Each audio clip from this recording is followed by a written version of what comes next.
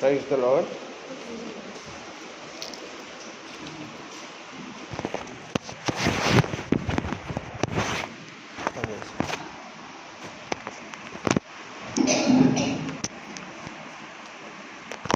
Praise the lord. సువార్త కోడికకై యాకోబు రాసిన పత్రిక 4వ అధ్యాయం 12వ వచనం నుంచి 14వ వచనం వరకు మనం అందరం కలిసి చదువుతున్నాం. యాకోబు పత్రిక జేమ్స్ 4:12 వర్స్. యాకోబు పత్రిక 4వ అధ్యాయం 13 నుంచి 17 వరకు మనం అందరం కలిసి చదువుకుందాం. నేడైనను రేపైనను ఒకానొక పట్టణంలోకి వెళ్ళి అక్కడ 1 సంవత్సరం ఉండి వ్యాపారం చేసి లాభం సంపాదించుకుని రండని చెప్పుకునే వాళ్ళ రేపేమి సంభవించునో మీకు తెలియదు. మీ జీవమే పాటిది, కొంతసేపు కనబడి అంతలో మాయమైపో ఆవిరి వంటి వరే. కనుక ప్రభు చిత్తమైతే మనం బ్రతికి ఉండి ఇది అది చేతుమని చెప్పుకునవలెను. ఇప్పుడైతే మీరు మీ డంబములను అతిశయపడుతున్నారు. ఇటు అతిశయము చెడ్డది. కాబట్టి మేలైనది చేయనెరిగి అలాగూ చేయని వారికి పాపము కలుగును. యాకోబు ఈ పత్రిక రాస్తూ ఒక ప్రధానమైన అంశాన్ని, మానవ జీవితంలో మనిషి అర్థం చేసుకోకుండా తన జీవితంలో నడిపించే మాట ఇది. కొంతమంది దీన్ని అర్థం చేసుకుంటూ ఉంటారు, కొంతమంది మర్చిపోతూ ఉంటారు. మనం కూడా దాన్ని అర్థం చేసుకుంటాం, కొద్దిసేపటికే మర్చిపోతాం. ఇది ఎలాంటిదంటే, స్కూల్లో పిల్లలకు కూర్చోబెట్టి మీరు మంచిగా ఉండాలి, మంచిగా బిహేవ్ చేయాలి, అల్లరి చేయకూడదు, మంచి పనులు చేయాలంటే వాళ్ళు అప్పటికప్పుడు తలూపుతారు. తర్వాత బయటికి పోయిన తర్వాత ఒక్కటే అల్లరి చేస్తారు. మానవ జీవితం కూడా గుర్తు చేసినప్పుడు ఇది నిజమే అని మనిషి అనుకుంటాడు. కొద్దిసేపటి తర్వాత ఆ విషయాలన్నీ మర్చిపోతాడు. అలాంటి విషయాన్ని యాకోబు ఇక్కడ రాస్తా ఉన్నాడు. ఏమంటున్నాడంటే, నీ జీవితము ఎలాంటిదంట? ఆవిరి వంటిది. Life is vapour. ఆవిరి వంటిది అని చెప్తా ఉన్నాడు. ఆవిరిని కానీ మనం జాగ్రత్తగా గమనిస్తే ఆవిరి ఎంత చెప్పంటే జస్ట్ అలా కనిపించకుండా వెళ్ళిపోతుంది. మనం చూసేలోపే, ఇది ఆవిరి అని అనుకునేలోపే, ఎవరైనా ఆవిరిని పట్టుకోవాలనుకునేలోపే అది మనకి కనిపించకుండా పోతుంది. ఇంకా కొంతమంది ఈ మాటని ఏం చెప్పారంటే, ఈ ఆవిరి అనే మాటని ఉదయాన్నే కనపడే మంచుతో అంటారు, మార్నింగ్ ఫాగ్ అంటారు. ఉదయాన్నే మనం లేచినప్పుడు మన చుట్టూ ఒక మంచు తెర కనిపిస్తూ ఉంటుంది, కొద్దిసేపటికి అది కనిపించదు. అరే మనం అనుకుంటాము చుట్టూరు మంచులాగా ఉంది, మన కొద్దిసేపు మరి ఈ మంచులో మనం ఎక్కడికి వెళ్ళలేమనుకుంటాం, కొద్దిసేపట్లోనే అది కనిపించకుండా పోతుంది. That's a morning fog. ఉదయాన్నే వచ్చే మంచు వంటిది. వచ్చింది అనుకుంటాం, అప్పటికప్పుడే తలలకి ఏమైనా కట్టుకుంటాం, కొద్దిసేపటికి అది కనిపించదు. ఇక్కడ మానవ జీవితం ఆవిరి వంటిది అని యాకోబు చెప్పినప్పుడు ఇందులో నుంచి 3 అంశాలు మనం అర్థం చేసుకోవాలి. ఆవిరి అని ఏం చెప్తున్నాడంటే, మొట్టమొదటిగా మనం ఇందులో నుంచి అర్థం చేసుకోవాల్సింది ఏంటంటే, లైఫ్ ఈజ్ ఎ ఫ్రెయిల్ అంటారు. లైఫ్ ఈజ్ ఎ ఫ్రెయిల్ అంటే ఏంటంటే డెలికేటు, పెలుసైనది. జీవితం ఎలాంటిదంటే పెలుసైనదంటే మనం కొన్ని కర్రలు పట్టుకొని ఇట్లా అనగానే ఇరిగిపోతాయి. కొన్ని కర్రలు ఉంటాయి, మనం ఎంత వంచినా కూడా అవి విరగవు. అవి చిన్నగా ఉంటాయి, సన్నగా ఉంటాయి, నువ్వు ఎంత ప్రయత్నించినా కూడా నీ వల్ల కాదు. వాటిని ఇరవాలంటే నువ్వు ఏదైనా గొడ్డలో కత్తో తీసుకురావాలి. కొన్ని ఎలా ఉంటాయంటే ఇట్లా పట్టుకోగానే, చిన్న పిల్లలు కూడా ఇట్లా రెండు చేతులతో పట్టుకొని ఇట్లా అంటే ఊరకనే ఇరిగిపోతాయి. అంతటి పెలుసైన డెలికేటు, పగిలిపోవడానికి సిద్ధంగా ఉన్న జీవితం మానవ జీవితం. ఈ జీవితం ఎప్పుడు పగిలిపోతుందో, ఎప్పుడు మాయమవుతుందో, అంటే ఎంత తొందరగా ఇది అంతమవుతుందో మానవునికి తెలియదు.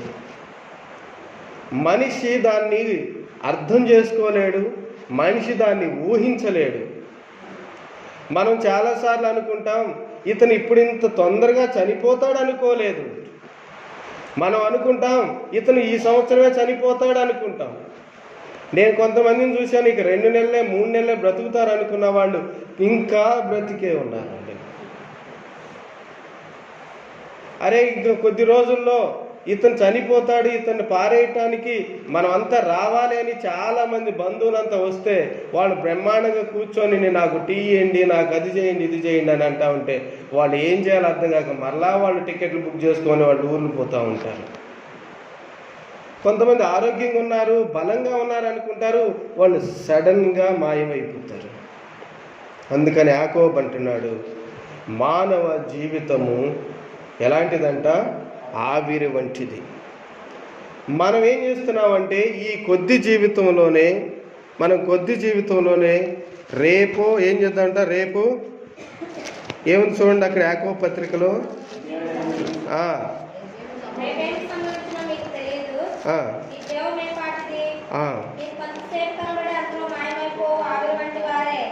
ఆవిరి వంటి వారే ఎట్లా ఉన్నారంట?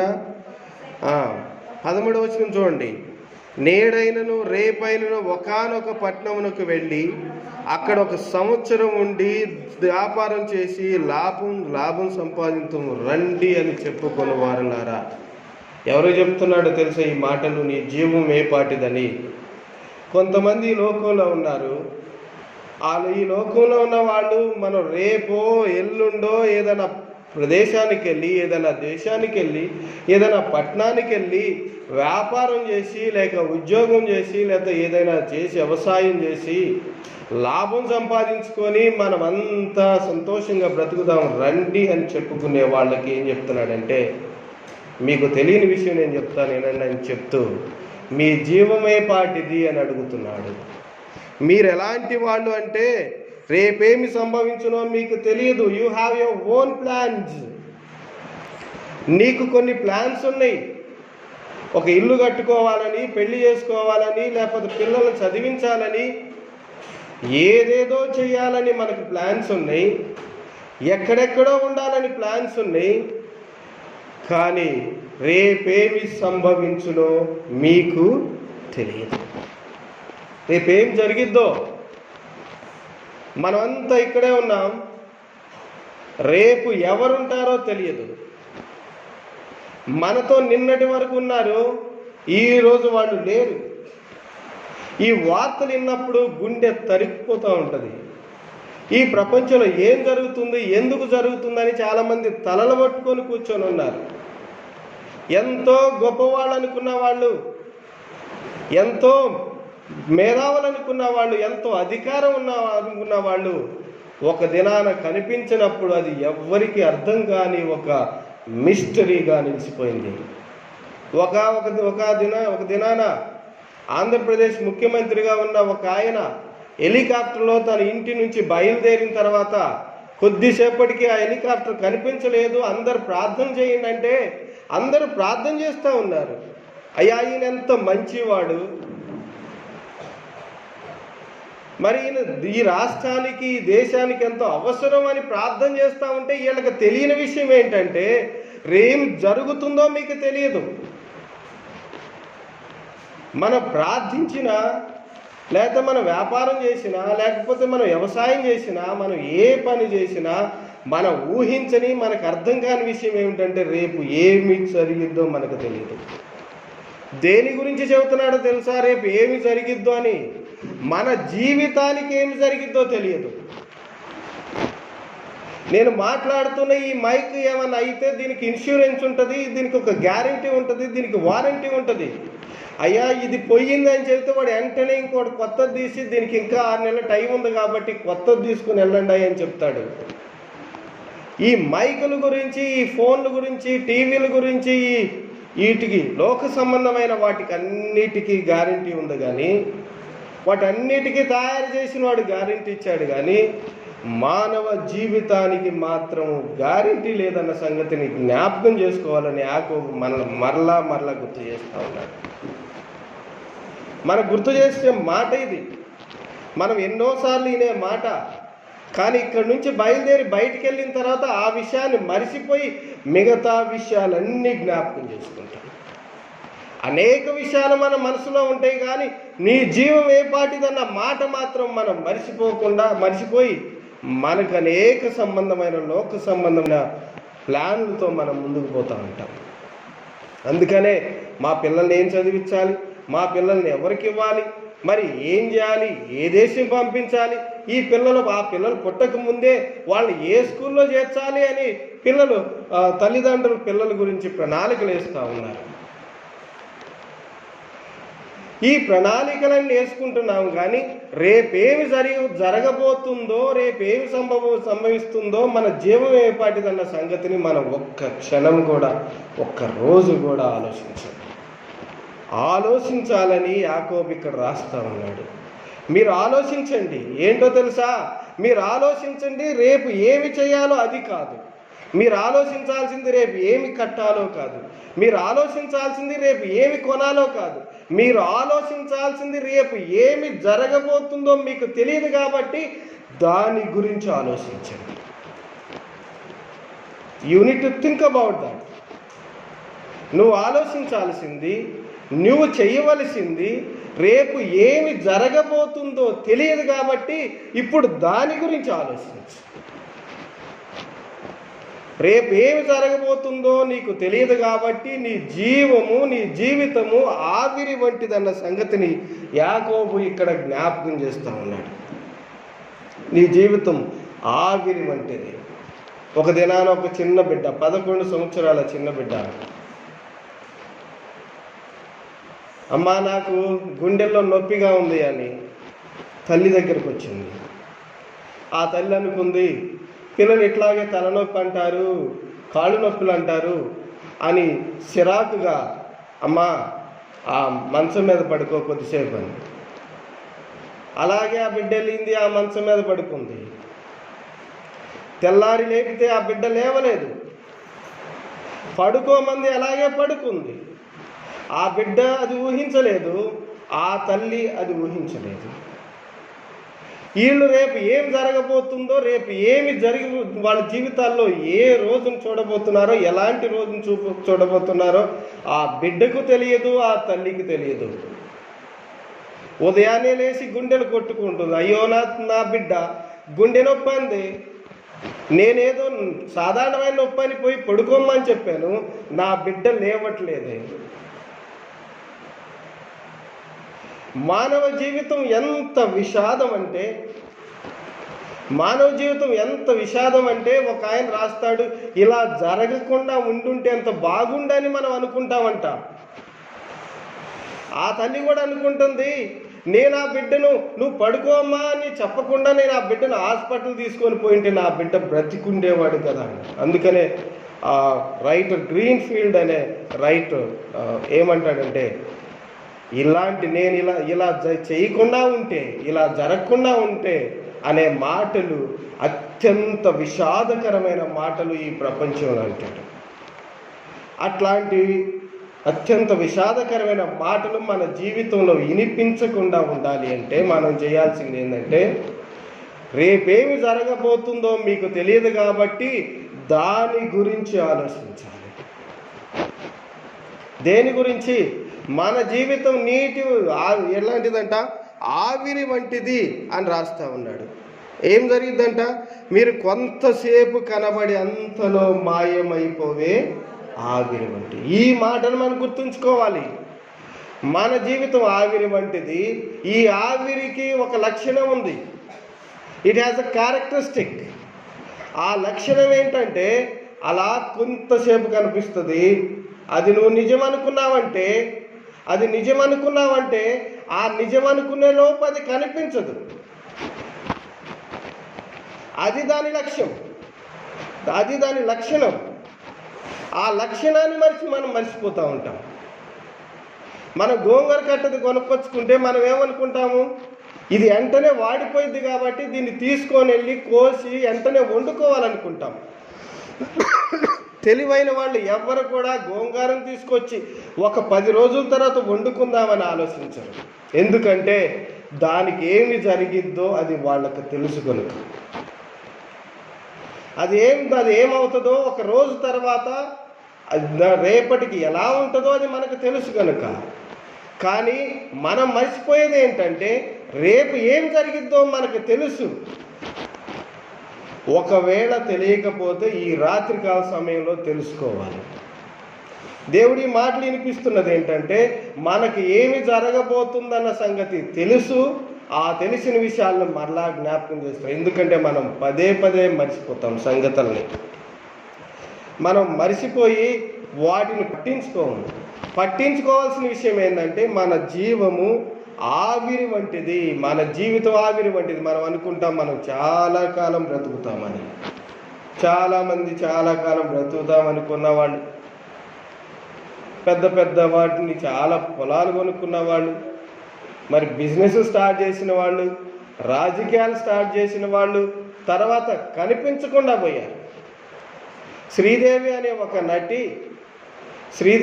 ఒక నటి 50 సంవత్సరాలు, సుమారుగా 50 సంవత్సరాలు సినీ నటనలో గడిపి తనకున్న పిల్లల్ని అద్భుతంగా తీర్చాలని వాళ్ళకి ట్రైనింగ్ ఇస్తూ, నేను చనిపోయేలోపు నా బిడ్డలు అద్భుతమైన నటులుగా కనిపించాలని ఆమె వాళ్ళ గురించి కలలు కంటూ ఒక దినాన దుబాయ్ వెళ్ళి, ఆ దుబాయ్లో ఒక పెద్ద హోటల్లో మరి ఒక నీళ్లు పోసుకునే తొట్టిలో ఆమె పడి చనిపోయింది.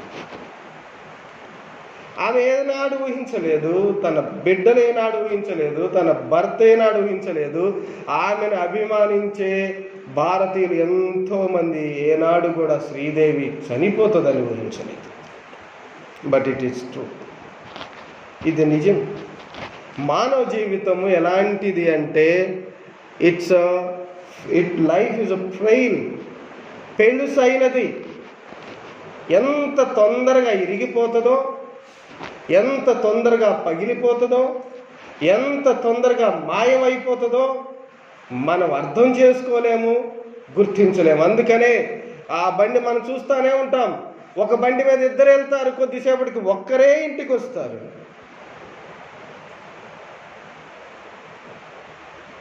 ఇద్దరు వెళ్తారు, ఒక్కరే ఇంటికి వస్తారు. ఎవ్వరికి మిస్టరీ అర్థం కాదు. ఒక దినాన హైదరాబాద్లో ఒక తల్లి తన బిడ్డను స్కూల్ బస్ ఎక్కిద్దామని రోడ్డు పక్కన నిలబడింది. ఆ బిడ్డ అలా ఉన్నాడు, ఏమి ఇలా నిలబడి ఉంది. ఆ బస్సు వచ్చింది, ఆ బిడ్డను తొక్కింది.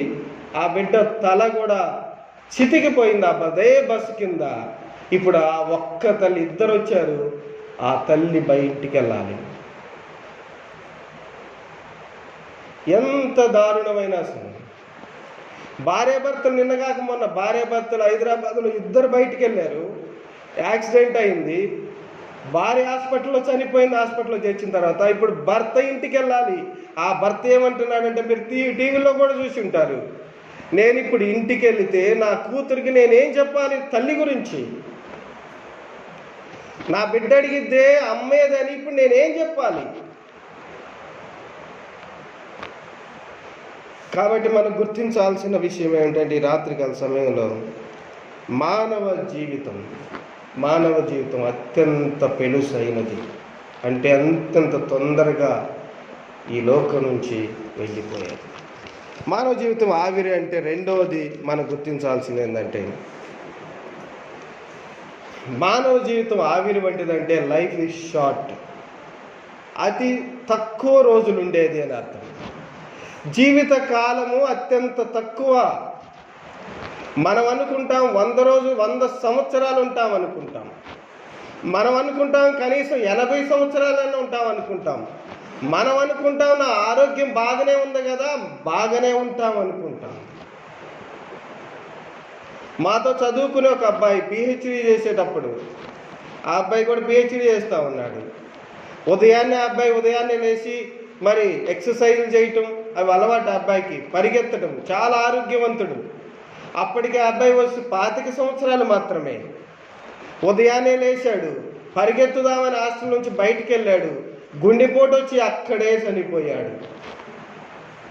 వీళ్ళు అంబులెన్స్ పిలుద్దామని 108కి ఫోన్ చేద్దామనే లోపే ఆ బిడ్డ అక్కడే శవం అయి ఉన్నాడు. ఎవరికి అర్థం కాలేదు. ఈ బిడ్డ చిన్న వయసే, ఎలాంటి రోగాలు లేవే, ఈ బిడ్డ మరి ఎలాంటి హెల్త్ ప్రాబ్లమ్స్ లేవు, మరి ఏంటి?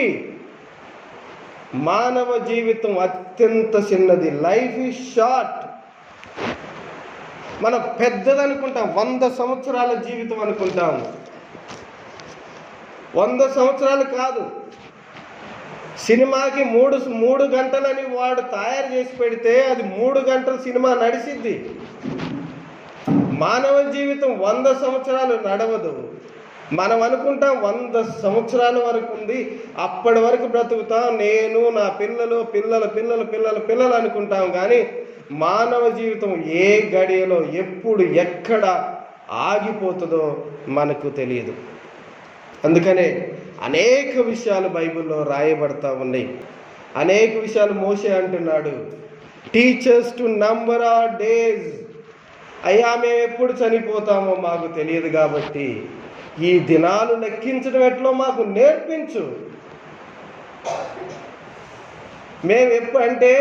మేము ఎప్పుడు చనిపోతామో మాకు నేర్పించు. మనం ఎప్పుడు చనిపోతామో మనకు తెలియదు, కానీ చనిపోకముందు ఏం చేయాలో అది తెలుసుకోవచ్చు. అందుకని కీర్తనాకారుడు 22వ అధ్యాయము 29వ వచనంలో అంటాడు, తమ ప్రాణమును కాపాడుకొనలేక మట్టి పాలగుదురంట. మానవులు ఏమవుతారంటే తమ ప్రాణాలను కాపాడుకోవాలనుకుంటూ చివరికి మట్టి పాలవుతాం. మనం ఎంత మంచి ఇల్లు కట్టుకుంటాం, ఎంత ఏమి రాకూడదని చుట్టూరు కాంపౌండ్ వాళ్ళు పెట్టుకుంటాం, మరి చీకట్లో ఉండకూడదని కరెంట్ వేసుకుంటాం. ఇప్పుడు చాలామంది కింద అంతస్తులో ఉంటే ఏమన్నా వస్తాయని పై అంతస్తులో ఉంటున్నారు. ఎంత జాగ్రత్తగా ఉంటాం, ప్రాణాన్ని కాపాడుకోవాలని ఎంత జాగ్రత్తగా ప్రయాణాలు చేస్తూ ఉంటాం. కానీ చివరికి మట్టి పాలవుతున్నారని కీర్తనకారుడు జ్ఞాపకం చేస్తూ ఉన్నాడు. కీర్తన 103:14-16 వరకు చూస్తే, నరుని ఆయువు గడ్డి వలె ఉన్నది, అడవి పువ్వు వలె వాడిపోవును, దాని గాలి వేసగానే అది లేకపోవును. ఎట్లాంటిదంట? గడ్డి వలె ఉన్నదంట, అడవి పువ్వుల వలె ఉన్నదంట, గాలి వేసగానే అది మాయమైపోవును, వాడిపోవును. ఆ సంగతిని మనం జ్ఞాపకం చేసుకోవాలి. కీర్తన 114:4లో నరులు వట్టి ఊపిరి వంటి వారు అంటే ఏంటో తెలుసా? నరులు వట్టి గాలి వంటి వారని. ఈ గాలి ఇట్లా వచ్చి వెళ్ళిపోతుంది, అట్లాగే నరులు కూడా ఆ ఊపిరి వంటి వారు, వారి దినములు దాటిపోవు నీడవలే ఉన్నవి. నీడ ఎలా కనిపిస్తుంది? కొద్దిసేపటికి ఇంకొక లైట్ రాగా నా నీడ కనిపించదు. కాబట్టి నీడవలే ఉన్నవి. మరి సామెతలు 27:1లో రేపటి దినమును గూర్చి అతిశయపడకుము. 1 సమయాలు 20:3 ఏమంటున్నాడు తెలుసా? నాకు మరణమునకు అడుగు మాత్రమే దూరం ఉన్నది. మరణానికి మనకి ఎంత దూరం ఉందో తెలుసా? మనం ఎంత దగ్గరలో ఉన్నామో తెలుసా? ఒక్క అడుగే ఇంత దూరం. 12 ఎంత తెలుసా? 30 సెంటీమీటర్లు. 12 ఇంచెలు 30 సెంటీమీటర్ల దూరంలో మనం అడుగు దూరంలో మరణానికి అతి సమీపంగా ఉన్నామన్న సంగతిని జ్ఞాపకం చేసుకోవాలి. నాకేమి కాదు, నేను మంచిగానే ఉన్నా, ఆరోగ్యంగా ఉన్నా అని మనం అనుకుంటున్నాము. కానీ మనం జ్ఞాపకం చేసుకోవాల్సిన సంగతి ఏంటంటే అడుగు మాత్రమే దూరం ఉంది. 2 సమయాల గ్రంథం 14:14లో నేలను ఒలికిన మరలా ఎత్తలేని నీటి వలె ఉన్నారు. నేలను ఒలికిన నీరుని తీసుకొని మీరు నేల మీద పోస్తే అది మరలా నీ వల్ల కాదు.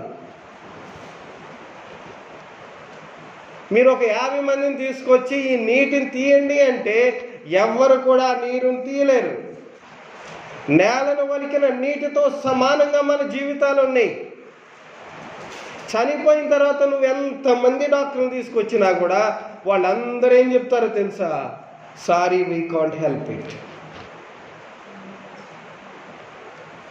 ఇట్స్ టూ లేట్, మీరు చాలా లేట్గా తీసుకొచ్చారండి, లేదండి మేము ఏమైనా చేయగలం, ఎంతైనా డబ్బు ఇవ్వగలం, సర్వస్వాన్ని రాసిస్తాం, ఈ వ్యక్తిని బ్రతికించండి అంటే ఎన్నటికీ కూడా వాళ్ళు ఆ పని చేయలేరు. నేలను ఒలికిన నీటి వలె ఉన్నారన్న సంగతిని సమూయేలు గ్రంథంలో మనం జ్ఞాపకం చేసుకోవాలి. మొదటి దినవృత్తాంతములు 29:15 మేము నీ సన్నిధిని అతిథులం పరదేశులమై ఉన్నాము. ఎలా ఉన్నామంట? అతిథులము పరదేశులమై ఉన్నాము. మేము కూడా ఈ ఊరికి అతిథులుగా వచ్చాము, రేపు మీకు కనిపించము. అంటే మనం ఇట్లా వస్తాము, ఈ ఊరని మనం అనుకోకూడదు. ఈ దేశంలో మనం ఉన్నాము, ఈ భూమి మీద పుట్టాము, ఇది మనది అని అనుకోకూడదు. అతిథి ఎలా వస్తాడంటే ఇట్లా వస్తాడు, వాడు మంచినీళ్ళో లేకపోతే టిఫినో లేకపోతే భోజనమో చేస్తాడు, ఆ తర్వాత వాడు ఉండమన్నా ఉండడు, వాడిని నువ్వు ఉంచుకోలేవు. ఎంత బ్రతిమలాడినా వాళ్ళు ఉండరు, వాళ్ళు వెళ్ళిపోతారు. ఎందుకంటే వాళ్ళు అతిథులు, పరదేశులు అన్న సంగతిని మనం జ్ఞాపకం చేసుకోవాలి. అందుకని ఇంకా ఏమంటే భూ నివాస కాలము నీడ ఎంత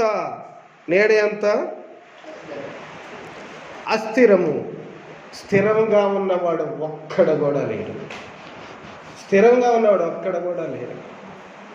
ఈ మాటలు వింటున్న వాళ్ళు జ్ఞాపకం చేసుకోవాల్సింది ఏంటంటే మానవ జీవితం చాలా చిన్నది అన్న సంగతిని జ్ఞాపకం చేసుకోవాలి. Two short.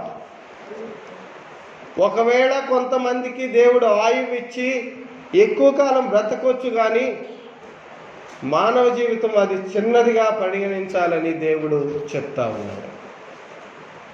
మానవ జీవితం చిన్నది అన్న సంగతిని గుర్తుంచుకోవాలి. మూడవదిగా మనం జ్ఞాపకం చేసుకోవాల్సింది ఏంటంటే మానవ జీవితం ఆవిరి అంటే ఏంటంటే మూడవదిగా మరణము తథ్యం. Death is certain. మరణం తథ్యం, మరణం సంభవించకుండా ఉండదు. అంటే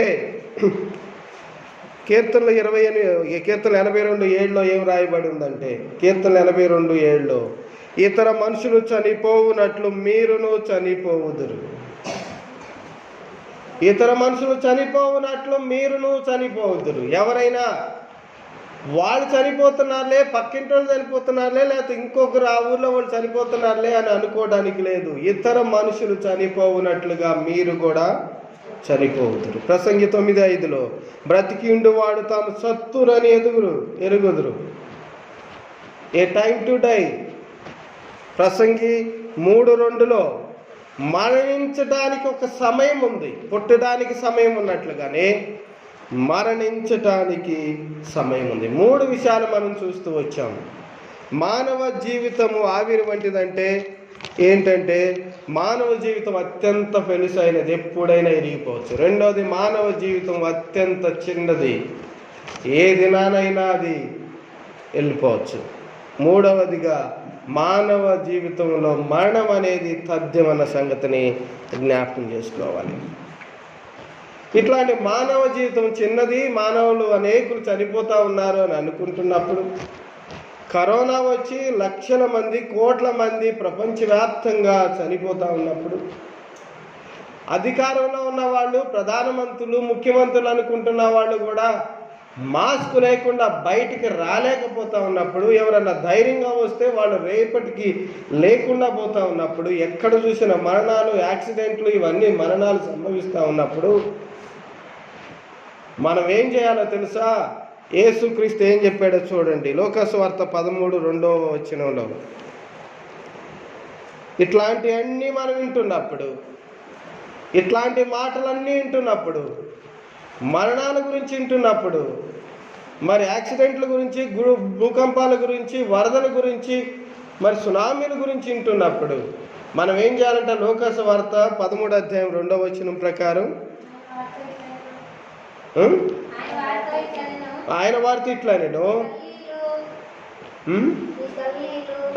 ఈ గలిలీయులు అట్టి హింసలు పొందినందున ఆ గలిలయులందరికంటే పాపులని మీరు తలంచున్నారా? కారణం మీతో చెప్పుచున్నాను, మీరు మారు మనసు పొందని ఎడల మీరందరూ అలాగే నశింతురు. అనేకులు నశించిపోతున్నారని వింటూ ఉన్నాం మనం. అనేకులు మరణించినట్లుగా మనం వార్తలు చూస్తూ ఉన్నాం. అనేకులు మన కళ్ళతో చూస్తూ ఉన్నాం. అనేకులు వారి దగ్గరికి వెళ్ళి మనం చూస్తూ ఉన్నాం. దేవుడి రాత్రికాల సమయంలో మనల్ని హెచ్చరించేది ఏంటంటే, ఒకవేళ మనం కానీ మారు మనసు పొందకపోతే మనము కూడా అలాగే నశింతు అన్న సంగతిని జ్ఞాపకం చేసుకోవాలి. అయితే ఇప్పుడు ఏం చేయాలి? మనం మారు మనసు పొందాలి. ఇంకా ఏం చేయాలో తెలుసా? యాకోబు ఏం రాస్తున్నాడంటే, మీరు ప్రణాళికలు వేసుకుంటున్నారో, నేడో రేపో ఒక పట్టణానికి వెళ్ళి వ్యాపారం చేసి లాభం సంపాదించుకున్నాం అనుకుంటున్నారో, ముందు వాటిని ఆపండి. వాటిని ఆపి వాటికంటే మీరు ముందు చేయాల్సింది ఏంటంటే, వాటికంటే మీ ప్రణాళికల కంటే మీరు ముందు చేయాల్సింది ఏంటంటే, మీరు దేవుని దగ్గరికి రావాలి. ఒక మంచి కార్యాన్ని చేయాలి. మేలైనది చేయనెరిగి ఏం చేయాలంట?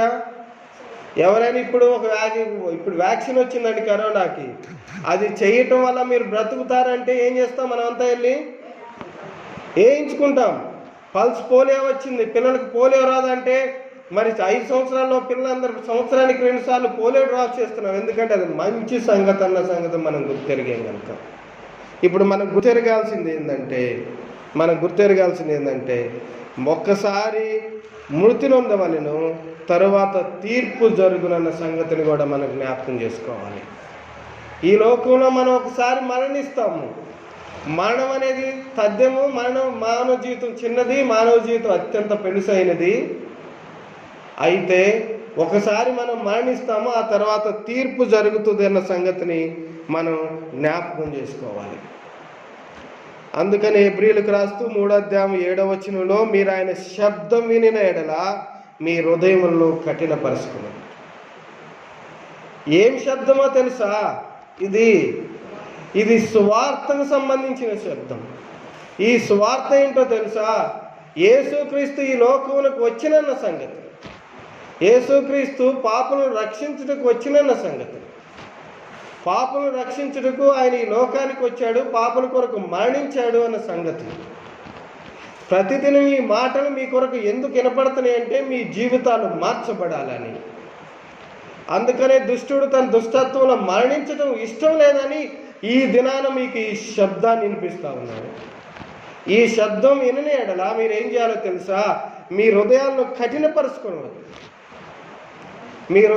కఠినపరుచుకోనకుండా ఈ మాటలను అంగీకరించాలని మరి హెబ్రీ పత్రికలో రాస్తా ఉన్నాడు. ఇంకా ఏం రాస్తున్నాడో తెలుసా? హెబ్రీ పత్రిక 13:13-15 కానీ మీరు చూస్తే, పాపం వల్ల కలుగు భ్రమచేత మీలో ఎవడను కఠినపరచబడుకుంటున్నట్లు నేడు అనబడే సమయం ఉండగానే మీరు దేవుని యొద్దకు రండి అని రాస్తా ఉన్నాడు. ఆయన ఏం రాస్తున్నాడు?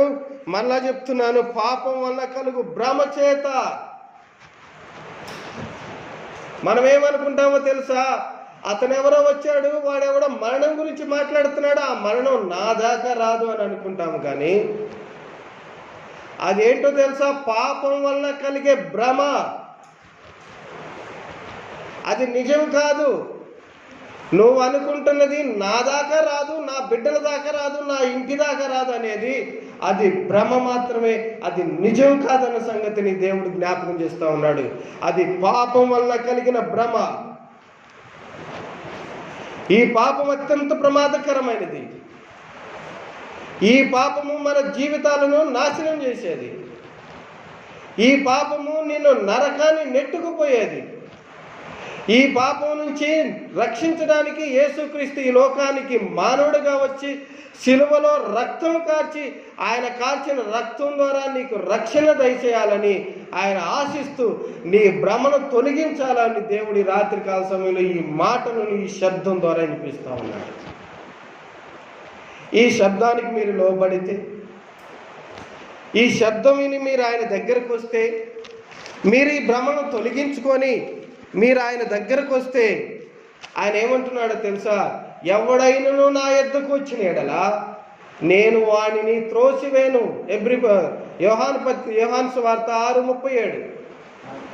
ఎవడైనను నా యొద్దకు వస్తే, ఈ భ్రమలు పాపం వల్ల కలిగిన ఈ భ్రమలు, పాపం వల్ల ఏ భ్రమలు కలిగినవి తెలుసా? నాకేమి కాదు, నేను ఇప్పుడే మరణించను, నేను క్షేమంగా ఉన్నాను, ఆరోగ్యంగా ఉన్నాను.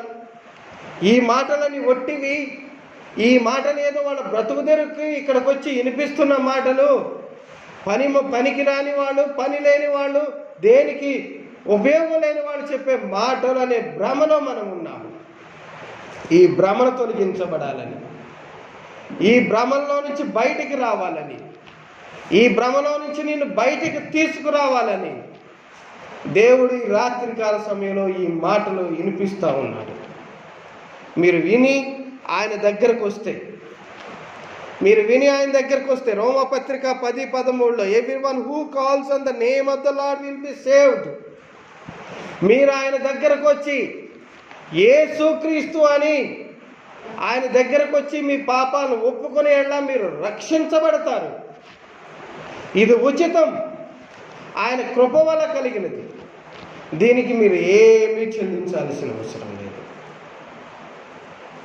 ఒకవేళ ఈ మాటలకి మీరు లోబడకపోతే, ఈ మాటలకి కానీ మీరు వినకపోతే, మీరు ఆ భ్రమంలోనే ఉంటే, భ్రమంలోనే నిద్రపోతే, గుర్తుంచుకోవాల్సింది ఏంటంటే ఒక దినం రాబోతుంది.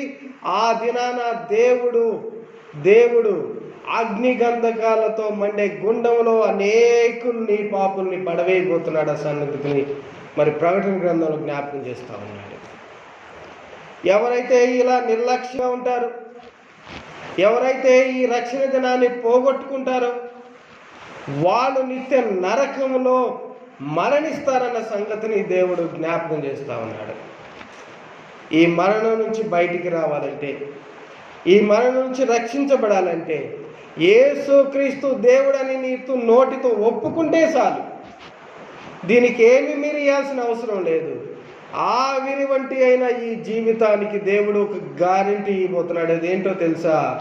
మానవ జీవితం ఆవిరి వంటిది, కానీ నిత్యత్వం ఎన్నటికీ ఉంటుంది.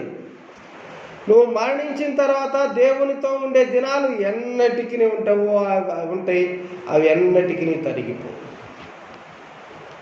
అలాంటి నిత్య రాజ్యంలోకి, నిత్య నిరీక్షణలోకి దేవుడు నిన్ను నడిపించాలని ఆశ కలిగింది. తల్ల వంచండి, ప్రార్థన చేసుకుందాం.